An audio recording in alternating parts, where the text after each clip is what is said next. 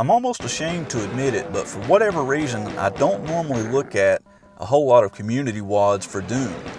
I don't know if it's just that I'm a purist or what, but when I play Doom, I normally just play one of the original game's episodes, or maybe I'll play Doom 2, or every now and then Final Doom. But here recently, I was on PC Gamer and a few other websites, and I saw that they were advertising a brand new Megawad called Eviternity.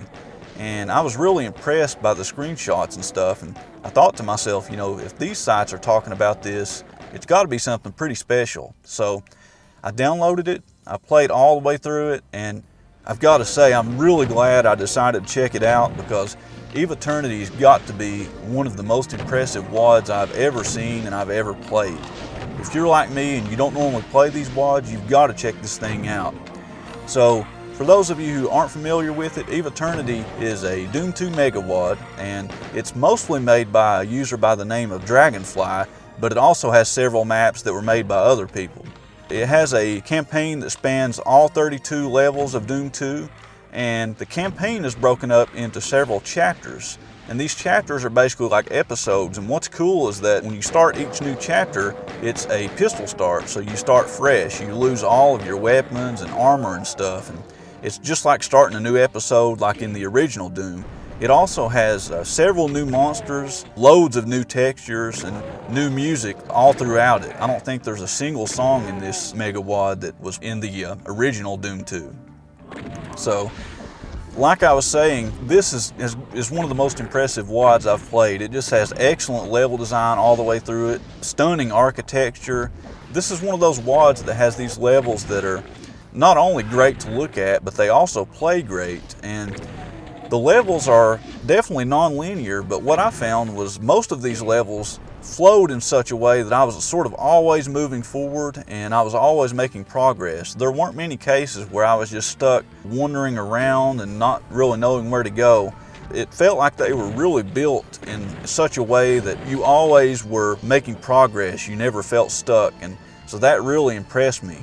You know, even despite the fact that they have keys and you can go through them in all kinds of different ways, you still feel like you're, like I said, moving ahead. And I think it really takes talent to make levels that play that way.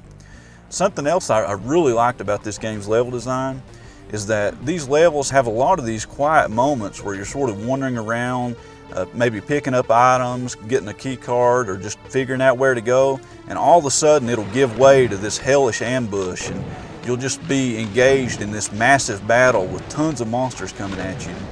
It had that formula all throughout it, and although it sort of became predictable at some point, I don't think it ever got old. You know, it was always really intense and exciting to, you know, just be wandering around and all of a sudden just have these traps spring on you.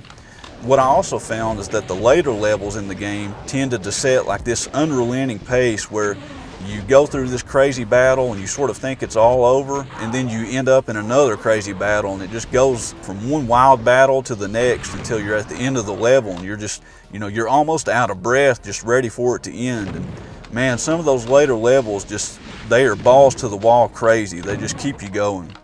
Now, as much as I like this WOD, I do have a few complaints. I think near the very end, you sort of run into these frustrating trial and error moments where they spring these archviles on you that will kill you almost instantly, and it felt like I was just starting to rely on quick saving too much, because I would get hit with these ambushes, die almost instantly, and have to go back and do it all over again. And that sort of bogged down the experience a little bit and made it a little repetitive, but you know, I can sort of overlook that in some cases. I also found that some of the levels dragged on maybe a little too long. There was one level in particular that by the time I beat it, I had played for over an hour and 20 minutes. I mean, I'm fine with large levels that can last a while, but when it comes to a level lasting almost an hour and a half, I think maybe you're stretching it a little too long there. I think you need to maybe scale down, maybe cut out some parts and make it a little bit shorter. But that's just me, you know, I'm sure some people like those levels. But on the flip side, something I really loved is that this game has these cool level transitions where instead of just like getting to the end of a level, flipping a switch, and then going to another level, it's usually a case where when you get to the end of a level, the ending is almost like the beginning of the next level. They've also got these cool intermission screens for the levels where it shows you a snapshot of the level you're about to go into, and I thought that was a cool touch also. So overall, like I said, if you're like me and you don't normally play community wads, I highly recommend breaking that tradition and checking this thing out. Eviternity is an insanely high quality Megawad that's an absolute must play, and I think this is really a testament to just how talented the Doom community can be.